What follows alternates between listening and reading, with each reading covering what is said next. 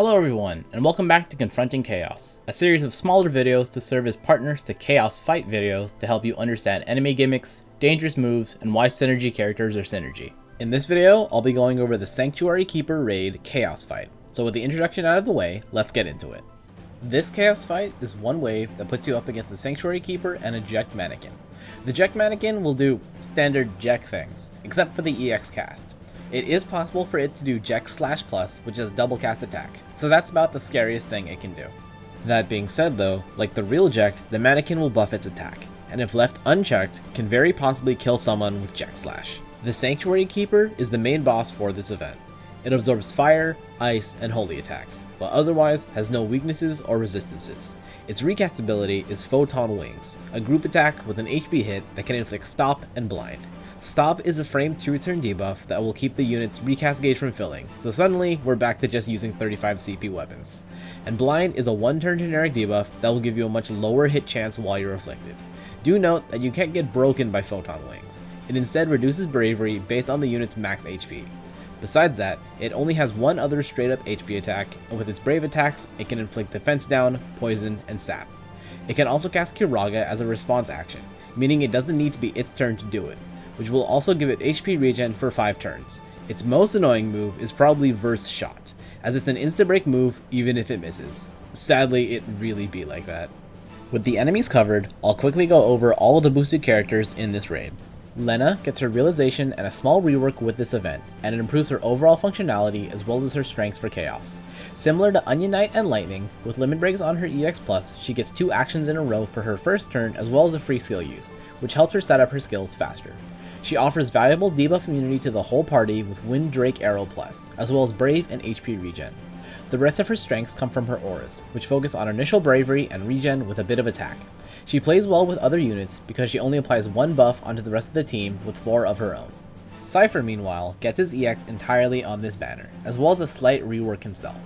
All his moves hit all enemies and either do splash HP damage or split HP damage with high base overflow. They will also deal greater damage against debuff targets. With his EX Plus at 2 of 3, he can start off with max EX gauge, and his EX cast applies a frame debuff that keeps the enemy from doing any brave damage on its next turn. He only has 2 buffs from himself and would absolutely love battery and offensive buffs and auras from the rest of the party. Ace is a very old EX Plus at this point. His skills revolve around getting his card's unique effect up to 3 and then getting his stacking unique buff up to 5. He has an honestly really decent HP 2+ attack, but that requires 5 stacks of his buff, which you can only increase with skill usages.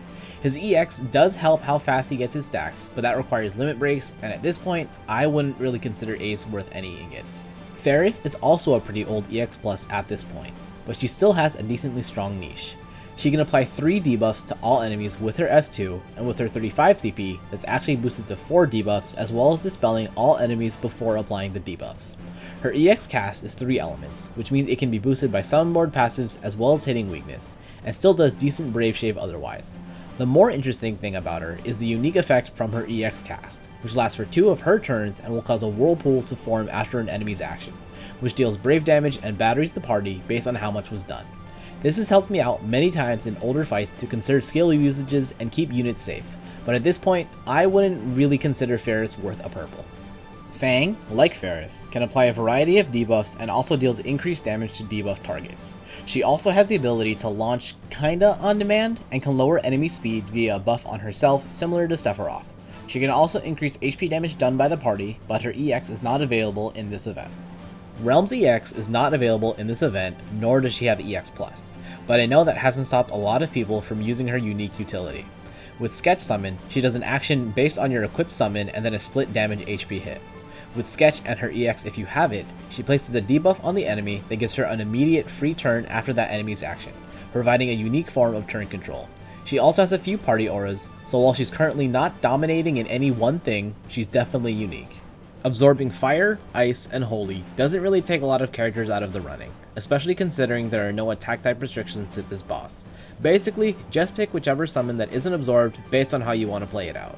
You're more than likely going to take some HP damage, so Leviathan's framed regen buff will help you offensively as well as taking up a slot that a debuff can't use.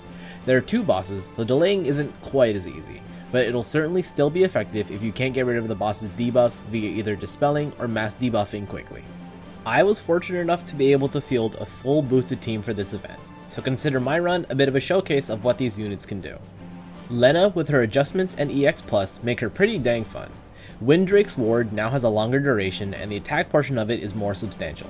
Being able to get a free skill on her to start helps jumpstart her buffs and the rest of the party's attacks. Granted, she is boosted, but Barrage not hitting like a wet noodle felt great. Getting party overflow on her EX buff is also very handy, although I do fully see the small issue she has in not getting an improved HP attack until 3 ingots. Ferris has been clutch for me in so many chaoses, it's great. She's not very difficult to work with, no party buffs, no stacking mechanics, just basic, solid skills. Dispelling is valuable, applying a large amount of debuffs is valuable, and Ferris has both. Her EX effect of giving off-turn Brave Shaving and Battery is really fun. Sometimes it can mess you up, sometimes it will end up into a really easy HP dump.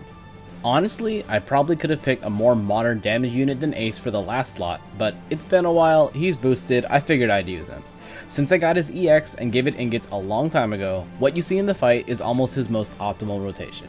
A skill to get him to 3 cards, skills to get his EX charged, and then his EX tops off his unique buff stacks. From there, it turns into managing his skill uses since he doesn't get any sort of skill regen or free casts and spreading them appropriately.